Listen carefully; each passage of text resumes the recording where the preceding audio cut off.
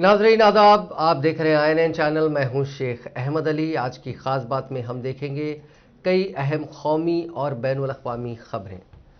मध्य प्रदेश के Shahdol medical college में oxygen की सप्लाई का प्रेशर कम होने से 12 कोविड मरीजों की मौत हो गई।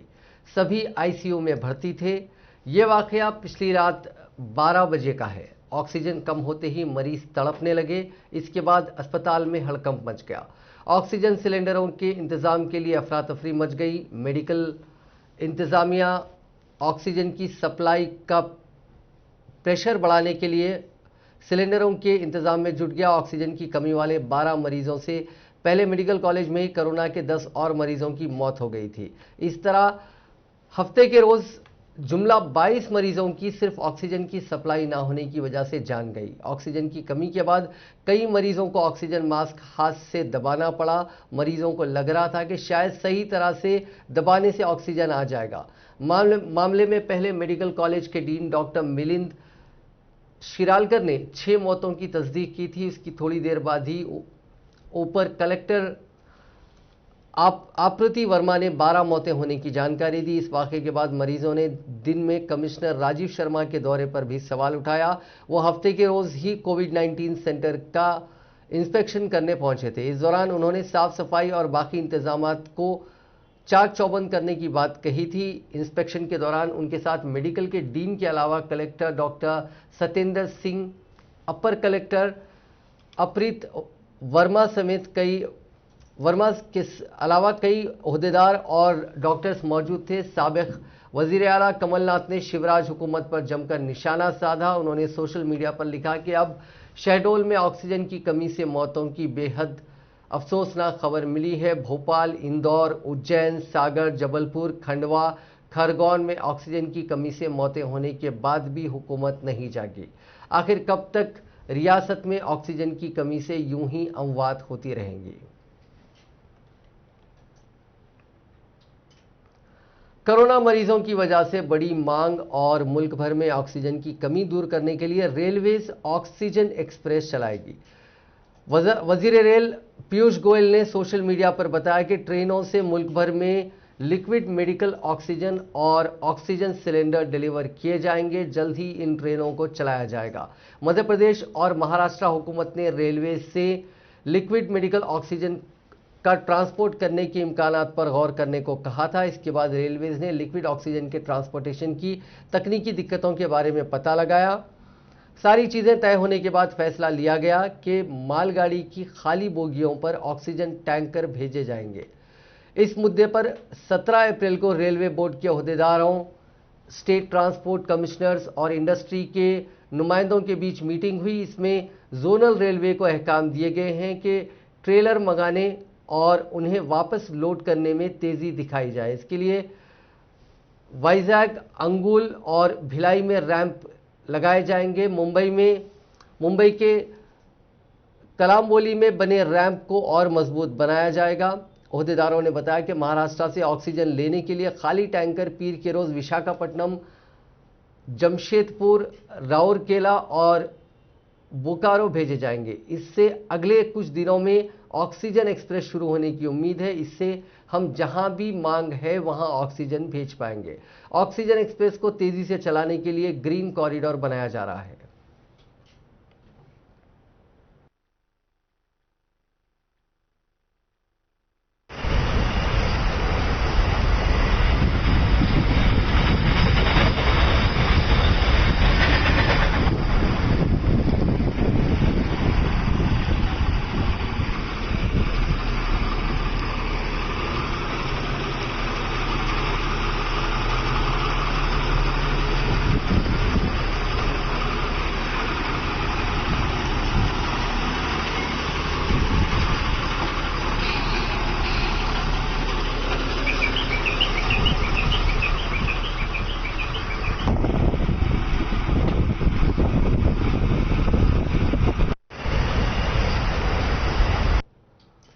कोरोना के चलते हालात इतने संगीन हो चुके हैं कि मरकजी हुकूमत के वुज़रा को भी एक बेड के लिए सोशल मीडिया पर गुहार लगानी पड़ रही है।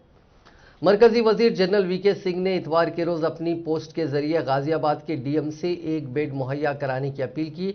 इस पोस्ट के बाद यह खबर फैल गई कि वीके सिंह ने अपने भाई के लिए बेड मांगा है।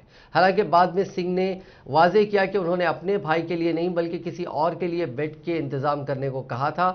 वजीर की पोस्ट पर इंतजामिया में भी हड़कंप मच गया। इसके बाद गाजियाबाद से ही एमपी वीके सिंह ने लिखा कि मैंने पोस्ट सिर्फ इसलिए डाली थी ताकि जिले इंतजामिया मुतासिर तक पहुंचकर उसकी मदद कर सके। उन्होंने कहा कि जिसके लिए पोस्ट की थी वो मेरे भाई नहीं है, हमारा खून का रिश्ता भी नहीं है, लेकिन इंसानियत का रिश्ता ज़रूर है।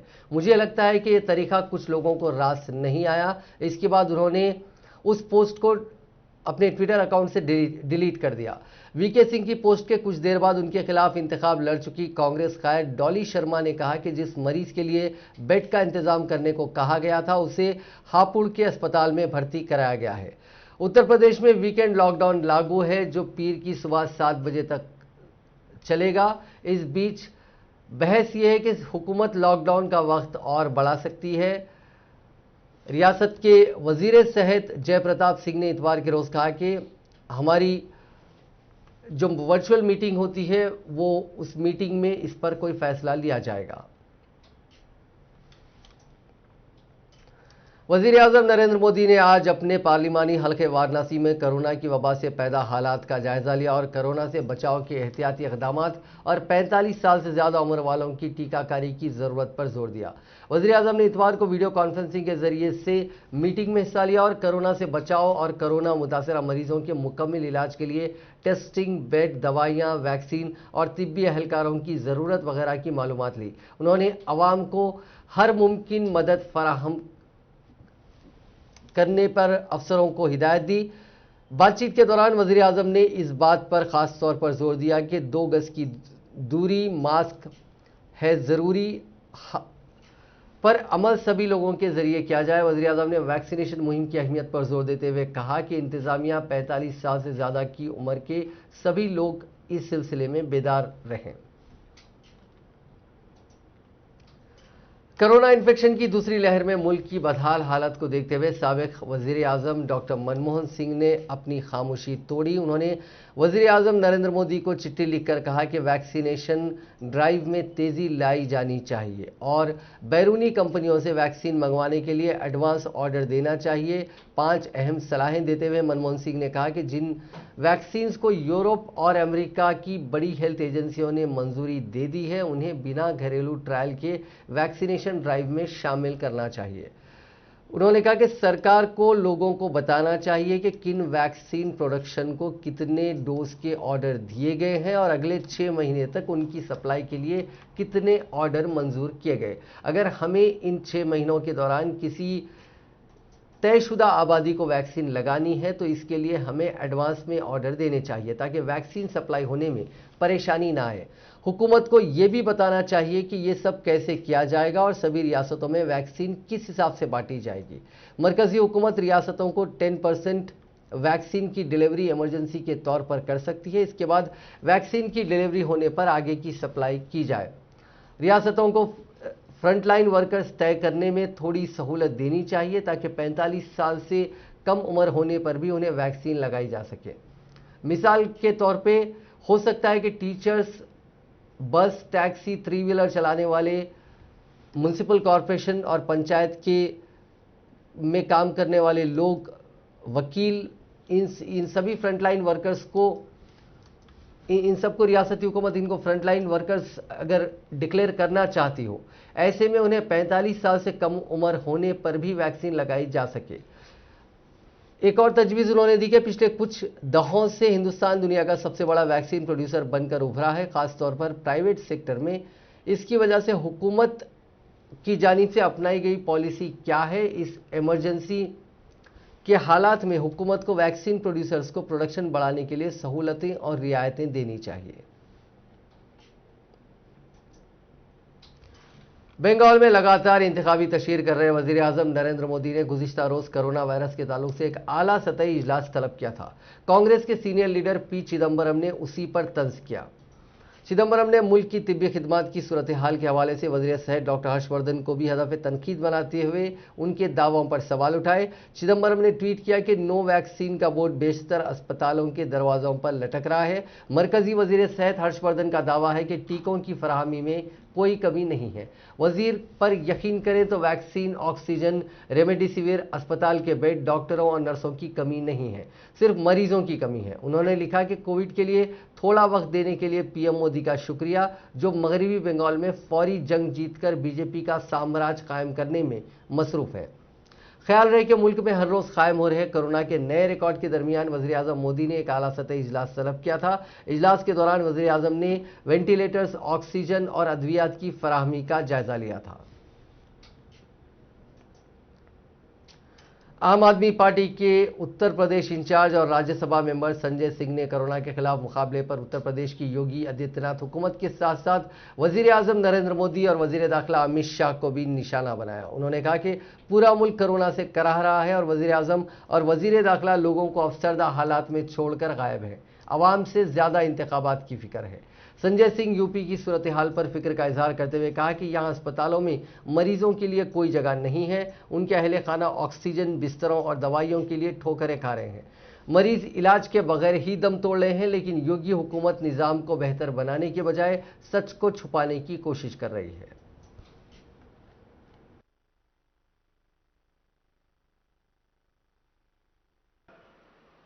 राजेंद्र वर्मा जी, उनकी पत्नी बिल्कुल मरणासन्न अवस्था में, उनके जिले के अंदर अंबेडकर नगर में जहां मेडिकल कॉलेज भी है, वहां पर भी कोरोना की जांच नहीं हो रही है। सीटी स्कैन में उनके फेफड़े की डैमेज होने की रिपोर्ट तो आ गई, लेकिन जब तक कोरोना पॉजिटिव की रिपोर्ट नहीं आएगी, उनको मेडिकल कॉलेज में वेंटिलेटर नहीं मिल सकता, वेंटिलेटर नसीब नहीं हो सकता। डॉक्टर्स की जान जा रही है। मेरे परिचित डॉक्टर का सगा भाई, अपने भाई को 40 साल का उसका भाई, कल उसकी डेथ हो गई, नहीं दिला पाया वेंटिलेटर का बेड। उत्तर प्रदेश के मंत्री लिख रहे हैं, उत्तर प्रदेश के सांसद लिख रहे हैं, उत्तर प्रदेश के विधायक लिख रहे हैं कि कुछ कीजिए। आदित्यनाथ जी स्वयं कोरोना की चपेट में आ गए हैं, कौन देखेगा उत्तर प्रदेश को? प्रधानमंत्री जी, यहां की जनता ने आपको 73 सीट 65 सीट दिया, कुछ तो चिंता कर लीजिए उत्तर प्रदेश के लोगों की। आइए, हस्तक्षेप कीजिए उत्तर प्रदेश को बचाने के लिए। आपकी सरकार बनाने में यहां की जनता ने लाइन लगा के वोट दिया है। जिस जनता ने आपको लाइन लगाकर वोट दिया, वो जनता आज शमशान पे लाइन लगाए हुए है। वो जनता आज अस्पतालों में लाइन लगाए हुए है। वो जनता जांच सेंटर पे लाइन लगाए हुए है। वो जनता आज ऑक्सीजन के एक सिलेंडर के लिए लाइन लगाए हुए है, एक इंजेक्शन के लिए लाइन लगाए हुए है, अपने परिवार के किसी पीड़ित व्यक्ति की जान बचाने के लिए लाइन लगाए हुए हैं। और आप तो कहते थे ना प्रधानमंत्री जी, गांव-गांव में शमशान होना चाहिए। वाह रे प्रधानमंत्री जी, आपका सपना पूरा हो गया। आपका सपना गांव-गांव में अस्पताल बनाने का नहीं था प्रधानमंत्री जी, आपका सपना गांव-गांव में राहत पहुंचाने। कांग्रेस के साबिक सदर राहुल गांधी ने कोरोना वायरस के फैलने के तनाजुर में मगरबी बंगाल असेंबली इंतखाबात की इंतखाबी मुहिम के लिए होने वाली अपनी तमाम रैलियों को मनसूख कर दिया। राहुल गांधी ने इतवार के रोज ये इत्तला देते हुए ट्वीट किया कि कोविड-19 के बहरान के पेश नज़र मैंने मगरबी बंगाल में होने वाली अपनी तमाम रैलियां मनसूख करने का फैसला किया है। उन्होंने दीगर सियासी पार्टियों के कायदीन को भी यह मशवरा दिया कि वो भी आलमी वबा को फैलने से रोकने के लिए इंतखाबी रैली का इनेकाद न करें। उन्होंने कहा कि सियासी पार्टियों को सोचना चाहिए कि इन इंतखाबी रैलियों से उस वक्त अवाम और मुल्क को कितना बड़ा खतरा लाहक है। अब बात कोरोना वायरस की। दुनिया भर में कोरोना के मामले लगातार बढ़ते जा रहे हैं। बीते दिन यानी पिछले 24 घंटों में कोरोना के 7,83,000 मरीजों की पहचान हुई है। इस दौरान 11,574 लोगों की मौत भी हुई है। सबसे ज़्यादा मामले अब भी हिंदुस्तान में आ रहे हैं। यहाँ पिछले 24 घंटों में 2,60,000 नए मुतासरीन की पहचान हुई। इसके बाद ब्राज़ील में 65,792 और अमेरिका में 63,581 नए मामले सामने आए। इसके अलावा तुर्की में 62,606 और फ्रांस में 35,861 लोगों की कोरोना रिपोर्ट पॉजिटिव आई। उधर ब्राज़ील से फ्रांस आने वाले लोगों के लिए नए कवायद का ऐलान कर दिया गया। फ्रांस में मिले ब्राज़ील वेरिएंट के केसों के बाद ब्राज़ील से वहां आने वालों को 10 दिन क्वारंटाइन में रहना होगा। ये गाइडलाइंस 24 अप्रैल से लागू होंगी। वज़ीर आज़म के दफ्तर ने इस बात की जानकारी दी है। वहीं इसराइल ने मुल्क में कोरोना की वजह से लगाई गई पाबंदियों में ढील देने की शुरुआत का ऐलान किया। यहाँ खुले मकामात पर मास्क पहनने को जो कंपलसरी किया गया था उसे दूर कर दिया गया। वहाँ पब्लिक प्लेसेस पे मास्क पहनने की ज़रूरत नहीं है। फिलहाल बंद जगहों पर ही मास्क पहनना ज़रूरी है। वहाँ अब तक 57.5% आबादी को वैक्सीन की पहली डोज दी जा चुकी है। दुनिया में अब तक 14 करोड़ 13 लाख से ज़्यादा लोग कोरोना की चपेट में आ चुके हैं। इनमें 30,23,000 मरीजों की मौत हो चुकी है। 11 करोड़ 99 लाख लोग ठीक हो चुके हैं। फिलहाल 1 करोड़ 83 लाख लोगों का इलाज चल रहा है। हिंदुस्तान में कोरोना के मामले लगातार बढ़ रहे हैं। पिछले 12 दिनों में मुल्क की पॉजिटिविटी रेट में दुगने से ज़्यादा बढ़ोतरी रिकॉर्ड की गई है। यानी 12 दिन पहले तक अगर 100 लोगों का कोरोना टेस्ट किया जाता था तो 8 लोगों में कोरोना की तस्दीक होती थी। ये आंकड़ा अब बढ़कर 16 या 17 तक पहुंच गया है। इस दौरान मुल्क में 20 लाख से ज़्यादा कोरोना के मामले सामने आ चुके हैं। मुल्क में 6 अप्रैल को 1 करोड़ 27 लाख केसेस थे, जो बीते दिन बढ़कर 1 करोड़ 47 लाख हो गए हैं। मुल्क में कोरोना मुतासरीन के आंकड़ों के मामले में रोजाना नए रिकॉर्ड बन रहे हैं। पिछले 24 घंटों में सबसे ज्यादा 2,60,533 नए मुतासरीन की पहचान हुई। इससे पहले हफ्ते के रोज 2,33,000 मामले सामने आए थे। पिछले 24 घंटों में 1,38,156 लोगों ने कोरोना को मात दी और 1,492 लोगों की जान भी गई। एक्टिव केसेस यानी इलाज करा रहे मरीजों का आंकड़ा भी लगातार बढ़ रहा है। बीते दिन इनमें 1,20,000 का इजाफा हुआ था। फिलहाल मुल्क में 17,93,976 लोगों का इलाज चल रहा है।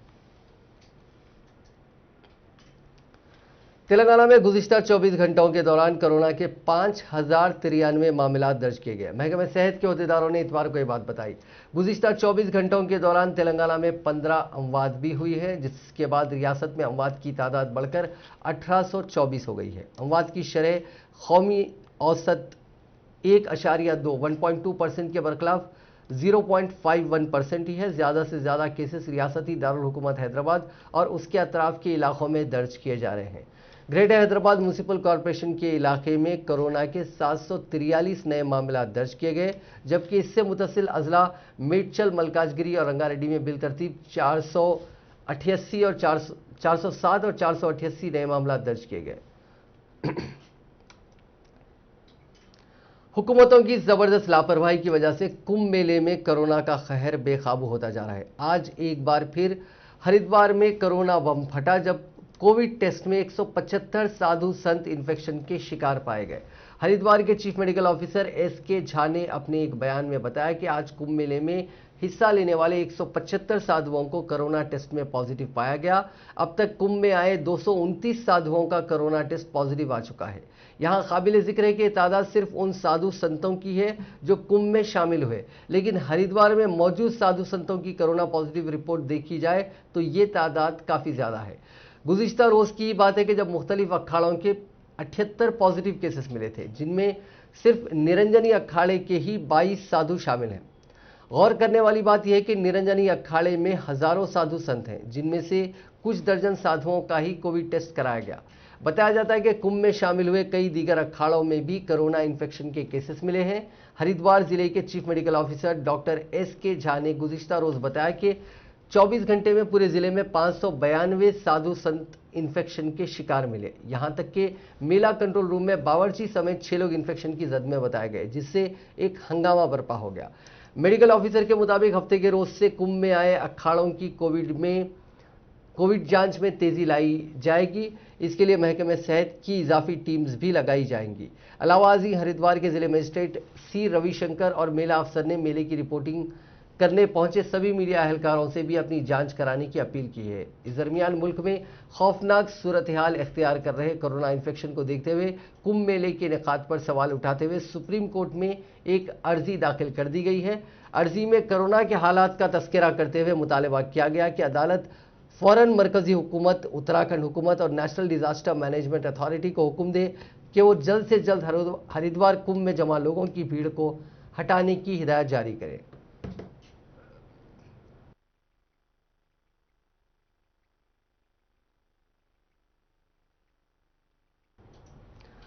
कोरोना की दूसरी लहर ने मुल्क में कोहराम मचा रखा है। यूपी में यानी उत्तर प्रदेश में सबसे ज्यादा बुरे हालात राजधानी लखनऊ के हैं।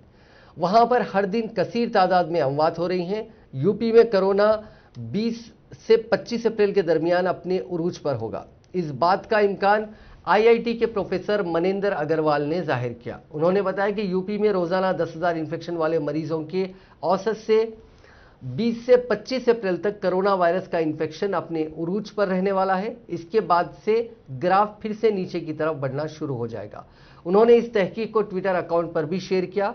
प्रोफेसर मनिंदर सिंह ने बताया कि मॉडल प्रोडक्शन यानी एक मॉडल प्रिडिक्शन माफ कीजिएगा यानी अंदाजा जो निकला है, इसके मुताबिक 20 से 25 अप्रैल के दरमियान कोरोना इन्फेक्शन का उरूज यूपी में होगा यानी पीक होगा। यह रियाजी साइंस की बुनियाद पर निकाला गया जो इन्फेक्शन के केसेस को जोड़ता है, पैरामीटर की वैल्यू असेसमेंट करता है, फिर उसका नंबर निकालता है। उन्होंने बताया कि हिंदुस्तान में कोरोना का उरूज अप्रैल के आखिर और मई के शुरू में होगा। इसके बाद केसेस कम होंगे। ये ग्राफ उन्होंने गुज़िश्ता साल पहले इन्फेक्शन को बुनियाद बनाकर तैयार किया है। उनका मानना है कि कोरोना वायरस 7 दिन तक ज्यादा असरअंदाज रहेगा। आईआईटी कानपुर के प्रोफेसर मनिंदर अग्रवाल ने मुल्क की इन रियासतों को अपनी तहकीक का हिस्सा बनाया है जहां कोरोना वायरस ज्यादा खतरनाक है। वहां के केसेस और वायरस का मुताला करते हुए तारीख के मुताबिक ग्राफ तैयार किया गया है। हर रियासत के लिए अलग अलग ग्राफ तैयार करते हुए कोरोना के उरूज वाला वक्त निकाला है, पीक टाइम निकाला है और ग्राफ गिरने की मुमकिन तारीख भी बताई है।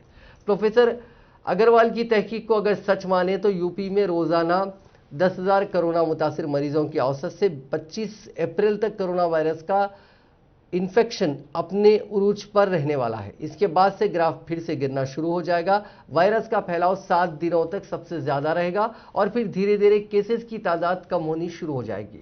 मौजूदा वक्त में यूपी में 1,50,676 सरगर्म केसेस है। रियासत में लखनऊ, वाराणसी, प्रयागराज, कानपुर, गोरखपुर, झांसी, गाजियाबाद, मीरठ, लखीमपुर खेरी और जौनपुर में कोरोना इन्फेक्शन के सबसे ज्यादा मामले हैं। प्रोफेसर मनिंदर के अंदाजे के मुताबिक दिल्ली में भी 20 से 25 अप्रैल के दौरान कोरोना इन्फेक्शन अपने उरूज पर होगा। झारखंड में 25 से 30 अप्रैल के दरमियान कोरोना के उरूज पर रहने का इम्कान है। राजस्थान की हालत भी कुछ ऐसी है और वहां भी 25 से 30 अप्रैल तक पीक देखने को मिल सकता है। उन्होंने मजीद बताया कि ओडिशा में 26 से 30 अप्रैल तक कोरोना का कहर देखने को मिल सकता है और पंजाब में कोरोना वायरस का खतरा लगातार नजर आता है, लेकिन इस पर कंट्रोल करने की तरकीबों के सबब ग्राफ जल्दी नीचे आया है।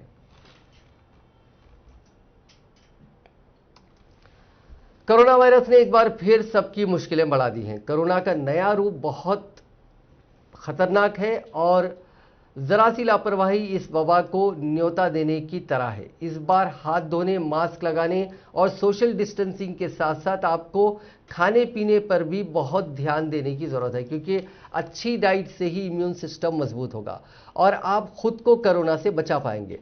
WHO यानी वर्ल्ड हेल्थ ऑर्गेनाइजेशन ने बताया कि कोरोना से बचने के लिए किस तरह की डाइट लेनी जरूरी है। अपनी डाइट में कई तरह से ताज़े फल और अनप्रोसेस्ड फूड शामिल करने चाहिए, जिससे आपको जरूरी विटामिन, मिनरल्स, फाइबर, प्रोटीन और एंटीऑक्सीडेंट्स मिल सके। हर दिन कम से कम 2 कप फल, 2.5 कप सब्जियां, 180 ग्राम अनाज और 160 ग्राम मीट और सेम खाएं। हफ्ते में 1 से 2 बार रेड मीट और 2 से 3 बार चिकन खा सकते हैं। शाम के वक्त हल्की भूख लगने पर कच्ची सब्जियों और ताज़े फल खाएं।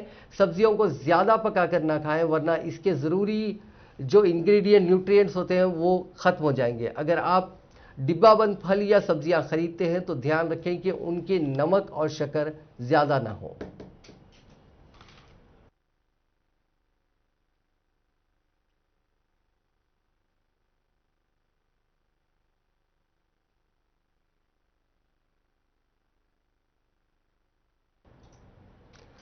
वर्ल्ड हिंदू फाउंडेशन के बानी स्वामी विज्ञानंद ने सुप्रीम कोर्ट के जज रोहिंगटन नरीमन के ऋग्वेदा से मुतालिक रिमार्क्स को हक़ाक़ी तौर से गलत और इंतहाई तौहीन आमेज करार देते हुए कहा कि उनके इस रिमार्क्स से दुनिया के 1.2 अरब हिंदुओं के जज्बात मजरूह हुए हैं, जिसके लिए उन्हें गैर मशरूत माफ़ी मांगनी चाहिए। जस्टिस नरीमन ने 16 अप्रैल को 26वें जस्टिस सुनंदा भंडारे मेमोरियल लेक्चर के दौरान ऋग्वेदा का हवाला देते हुए सनातन रिवायत में ख़वातीन के विखार के सिलसिले में मुबैना मुतनाज़िया तबसरे किए थे। ख्याल रहे कि जस्टिस नरीमन स्वामी विज्ञानंद संन्यास आश्रम में दाखिल होने से पहले टेक्नोलॉजी ऑफ इंडियन इंस्टीट्यूट के होनहार तालिब इल्म रह चुके हैं। बाद में उन्होंने पाणिनि ग्रामर उन्होंने संस्कृत जबान पर ही पीएचडी की और पाणिनि ग्रामर, वेदांग, मशरकी फ़लसफ़ा, ब्राह्मण ग्रंथ और वैदिक संहिता पर मुताला, तहकीक और तालीम दी। स्वामी विज्ञानंद ने यहाँ तक कि ऋग्वेदा समेत वेदों को सही ढंग से समझने के लिए ऋग्वेद समेत ऋषि पाणिनि के ग्रामर, निरुक्त और प्रतिष्ठा के बारे में जानना ज़रूरी है। उन्होंने कहा कि वेद ऐसी इबारतें नहीं हैं जिनकी सिर्फ लफ्ज़ी तर्जुमानी की जानी चाहिए।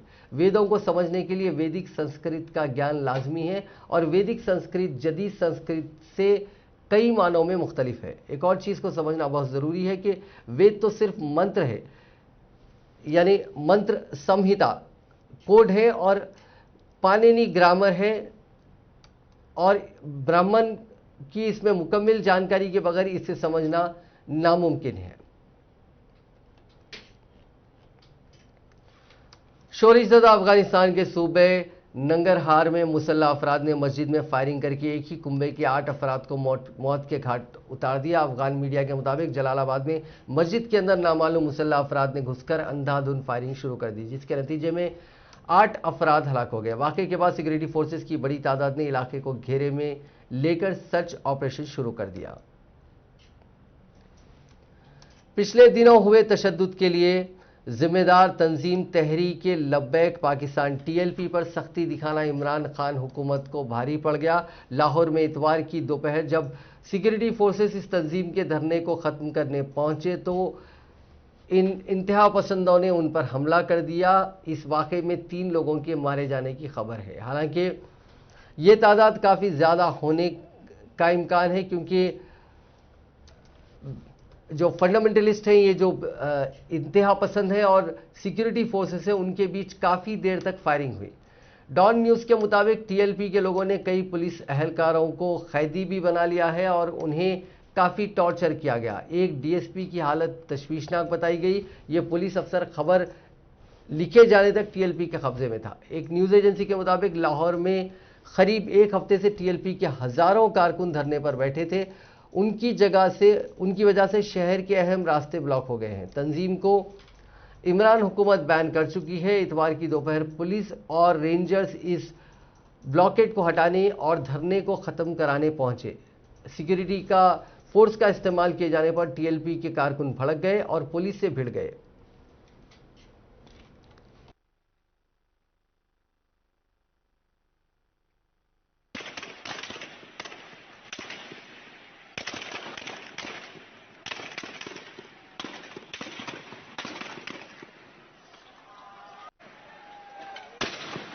भाग पीछे भाग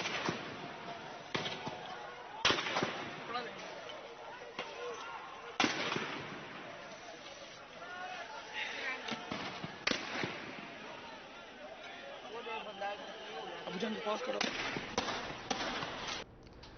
आईपीएल 2021 सीजन के पहले डबल हेडर के पहले मुकाबले में रॉयल चैलेंजर्स बेंगलुरु ने कोलकाता नाइट राइडर्स को 38 रन से हरा दिया। चेन्नई के चेपक स्टेडियम में खेले गए इस मैच में आरसीबी ने टॉस जीतकर पहले बल्लेबाजी करते हुए 20 ओवर में 4 विकेट पर 204 रन बनाए। इसके जवाब में केकेआर टीम 20 ओवर में 8 विकेट पर 166 रन ही बना सकी। बेंगलुरु ने आईपीएल में पहली बार शुरुआती 3 मैच जीते हैं, वहीं कोलकाता के खिलाफ ये उनकी लगातार चौथी जीत है।